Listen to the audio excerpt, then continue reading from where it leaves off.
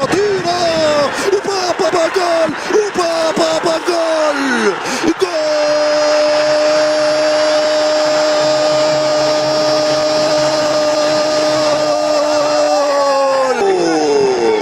يا سلام عليك يا رياض. لمسة واحدة سحرية لسفيان، استلمها يوسف بوم بيمنى حطها في الجول. هدف مقابل 0 للمنتخب الجزائري. استحوذوا كما شئتم.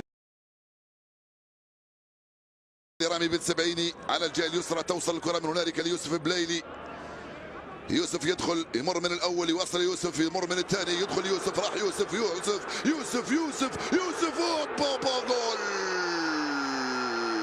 يا سلام عليك، مبدع ورائع وممتع انت يا يوسف.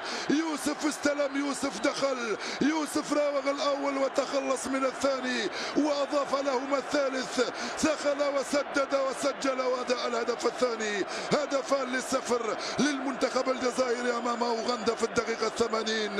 يا سلام عليك يا يوسف، يا سلام.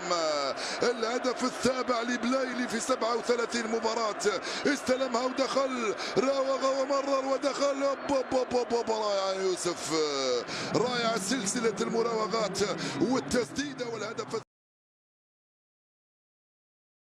كرة كوليبالي ناقصنا بونتو، يمشي بالكرة، هو اغلى بونتو، احلى بونتو، اهم بونتو انه يصير ما يغلطش. عندك عودها له يا كوم لبكير، وبكير بن محمد يمشي، حمى الايرلندي يدخل القلب التونسي، حاط الكرة حلوة، اضرب كرة اليه، الهدف الاول، الهدف الاول. الترجي برجاله، الترجي يا دولة، الترجي يا دولة، الترجي. يمر، يتقدم، ينطلق، يمرر خذوهات، لكن الخذ جميل، الهات لم تكن كذلك، وبالتالي الكرة تبعد، الكرة تبعد. وصلت لبلايلي، بلايلي بلايلي بلايلي بلايلي، يا الله يا الله. استفاق الملك، استفاق الملك في الجولة الخامسة، واستفاق معه بلايلي ليسجل الأروع والأجمل في هذا الموسم، الأروع والأجمل في هذا الموسم. هو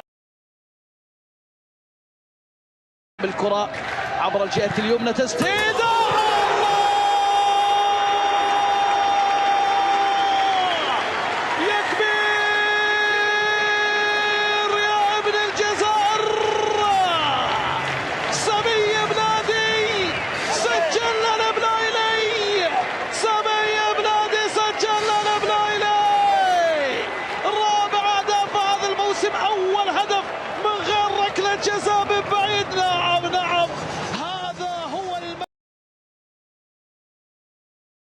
يوجد المدرب الجزائري عادل عمروش.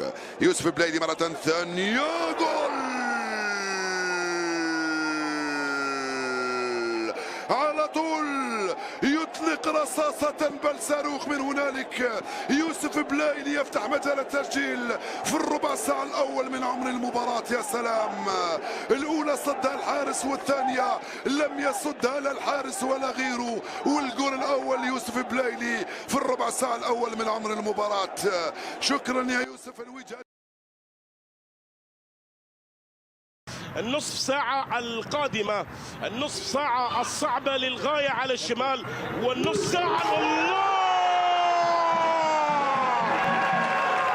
هدف يأتي في هذه اللحظات باكورد عن طريق بلايلي في النصف ساعة القادمة. هذا الهدف الذي يصنف على أنه من أجمل أهداف الموسم، على طريقة بلايلي الكبير، على طريقة بلايلي الكبير. الله على هدف ثاني بهذه الطريقة، بهذه الصورة، بهذا الباكورد يا بلايلي. من يرتدي الرقم 10 جرت العادة أن يسجل هكذا، جرت العادة أن يسجل بهذه الصورة. هدف لا نشاهده كثيرا. تحية طبعا لمدربنا الكبير المغربي.